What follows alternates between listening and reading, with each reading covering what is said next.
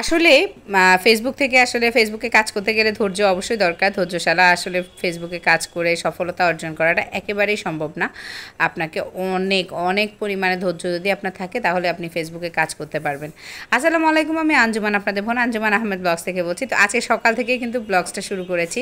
তো ভাবলাম যে আজকে সকাল থেকে আপনাদের সাথে শেয়ার করি সকাল থেকে কী করতেছি না করতেছি। তো সকালে ঘুম থেকে উঠে আসলে রান্নাবান্না শুরু করে দিয়েছি, যেহেতু আরবিনের বাবা যেহেতু অফিসে খাবার নিবে, আর এদিক দিয়ে আমরা রুটি দিয়ে খাবো, একটু ভাজি টাজি। তো সব কিছু করে নিলাম আর কি। ভাজি করলাম, তারপর ঢেঁড়স ভাজি করলাম, তারপরে একটু বাইলা মাছটা রান্না করলাম অফিসের জন্য।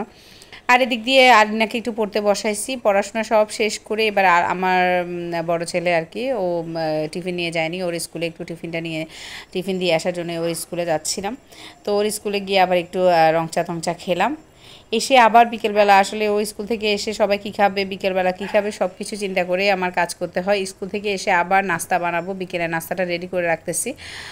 তো সেজন্য কলিজার আজকে আসলে কলিজা পুলি যেটা বলে আর কি, ওইটা করব, সেজন্য আর কি কলিজাটা রান্না করে রাখতেছি। আর এদিক দিয়ে দেখতে পাচ্ছেন যে আমাদের আরবিন বেটা, সে তো সারাদিন দুষ্টুমি, তার এখানে দুষ্টুমি ওখানে দুষ্টুমি, চিপা চাপা যা আছে কোনো জায়গা আর কি ঘরের বাকি নেই, সব জায়গা দিয়ে দুষ্টুমি করবে সে।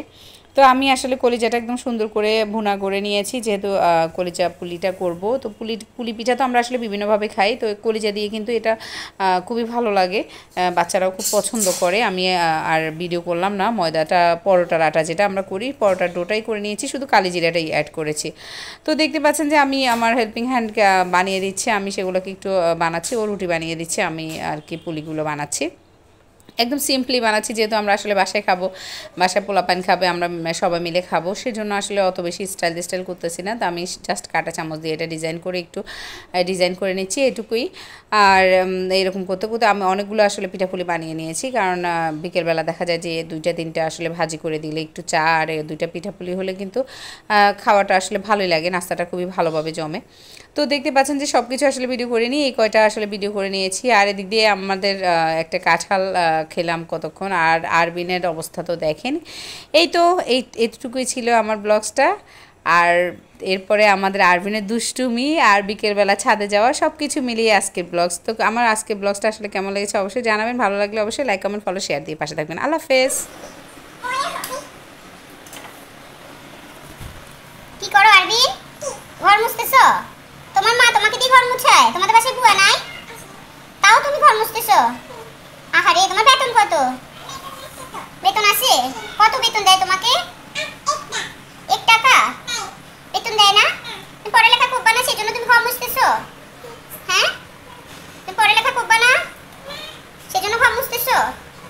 আহারে আহারে, ঘর মুছতেছে আরবিন, কারণ আরবিন পড়ালেখা করবে না সেজন্য আরবিন ঘর মুছতেছে, তাই না? তুমি কি পড়ালেখা করতে চাও না? ও আচ্ছা আচ্ছা, ঠিক আছে, ঘর মুছো, আর কি করবা, তুমি ঘরই মুছো। তুমি ঘর মুছতে মুছতে একসময় তুমি নায়ক হয়ে যাবা, ঠিক আছে? তুমি কি নায়ক হতে চাও, শাকিব খান? তুমি কি নায়ক হতে চাও বাবা? ঘর মুছতে মুছতে তুমি কি নায়ক হবা বলো? যেহেতু তুমি পড়ালেখা করবা না সেহেতু ঘর মুছা ছাড়া আর কোনো উপায় নেই। তোমার কি ঘর মুছতে ভালো লাগে? পড়ালেখা করতে ভালো লাগে না? ও আচ্ছা, বুঝছি তাহলে। হ্যাঁ, তুমি তাহলে তাই কেন শিখছো? তারপরে হ্যাঁ, তারপর আরে ঘর মুছতে মুছতে একেবারে শুয়ে যাইতেছে। যাই হোক, আমার বুয়ার টাকাটা বেঁচেই যাবে এবার, আর বুয়াকে টাকা দিতে হবে না, সব কাজ আরবিন করবে এখন থেকে, যেহেতু আরবিন পড়ালেখা করবে না। ঠিক আছে না আরবিন? সবাইকে বাই বলো, বলো আমি এখন থেকে ঘর মুছবো। হ্যাঁ, পড়ালেখা করবে না তাহলে? ও কমেন্ট করতে বলতেছে, বলো আমি এখন থেকে ঘর মুছবো।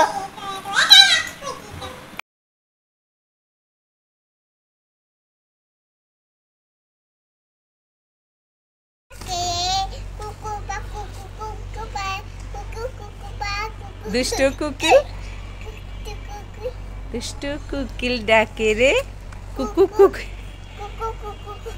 না।